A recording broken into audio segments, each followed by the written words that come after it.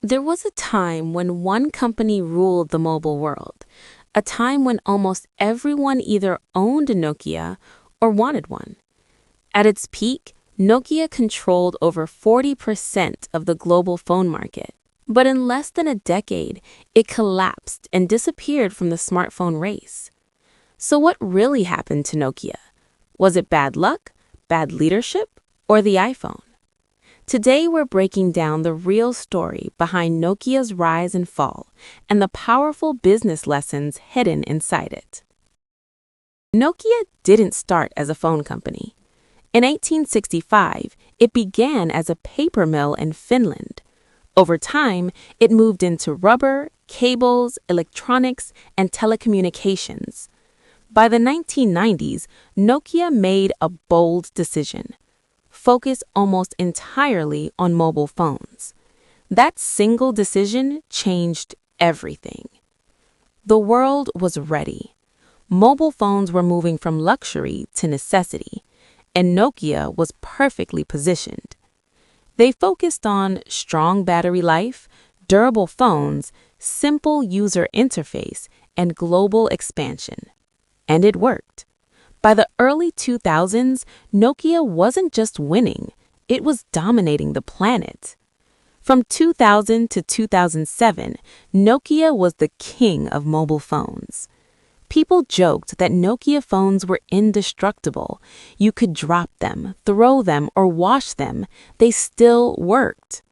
But behind the jokes was something serious: massive manufacturing power, strong brand trust, deep relationships with mobile carriers, and affordable phones for developing countries. At its peak, Nokia had over 1 billion users, more market share than Apple and Samsung combined at that time. Nokia wasn't just selling phones, Nokia was mobile phones. So how does a company go from absolute dominance to losing everything? The answer begins in 2007. The iPhone shockwave. In 2007, Steve Jobs walked on stage and said, "Today, Apple is going to reinvent the phone." Most companies didn't take it seriously, Nokia included. Nokia executives believed physical keyboards were essential, touchscreens were impractical, and their dominance was untouchable. But the iPhone wasn't just the phone. It was a touchscreen computer, an internet device, and eventually an app ecosystem. Nokia was still thinking in terms of hardware. Apple shifted the game to software. And that's where Nokia's biggest weakness was exposed: the Symbian problem. Nokia relied on its operating system, Symbian. It worked well for simple phones, but smartphones needed smooth touch controls, apps, and modern user experience. Symbian was old, slow to update, difficult for app developers, and not designed for touchscreens. While Apple had iOS and Google launched Android, Nokia was stuck with aging software that couldn't keep up. Inside Nokia, employees knew Symbian was a problem, but leadership was divided.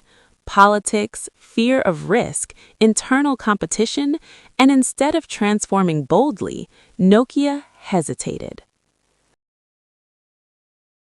By 2011, Nokia was in trouble. Sales were falling. Android phone manufacturers were exploding. Developers were ignoring Symbian. So Nokia made a dramatic move. Partnered with Microsoft, switched to Windows Phone. On paper, it sounded strong. In reality, developers didn't want to support a third platform. Customers were already used to Android and iPhone. App stores were empty. Updates were slow. Nokia's identity started to fade. It wasn't Nokia software anymore. It wasn't Android either. It was stuck in the middle. And in business, the middle is the most dangerous place to be. By 2013, the inevitable happened. Nokia sold its mobile phone division to Microsoft.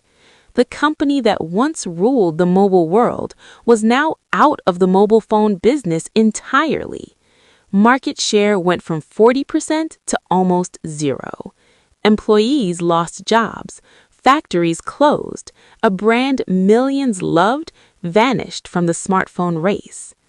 Nokia still exists today, but mainly in network infrastructure. The mobile legend was gone. What really killed Nokia? So what truly killed Nokia? It wasn't just the iPhone. It wasn't just Android. It wasn't just Symbian. The real cause was deeper. Success made them slow to change. They underestimated software. Internal politics blocked innovation, and they ignored consumer behavior shifts. Nokia didn't lose because it was weak. It lost because the world changed, and Nokia didn't change fast enough. Here are the business lessons from Nokia's story. Being number one can make you blind. Your biggest advantage today can disappear tomorrow. Disruption usually comes from outside the industry leaders, and companies that refuse to reinvent themselves eventually fade. And maybe the biggest lesson? In business, adaptation beats history, reputation, and size. Because no matter how big you are, the future doesn't care. If you enjoyed this business story, you'll love what's coming next. Our next videos explore Blockbuster versus Netflix and how insurance companies really make money. Subscribe if you like business stories, failures, and money lessons. And tell me in the comments, which company should we cover next?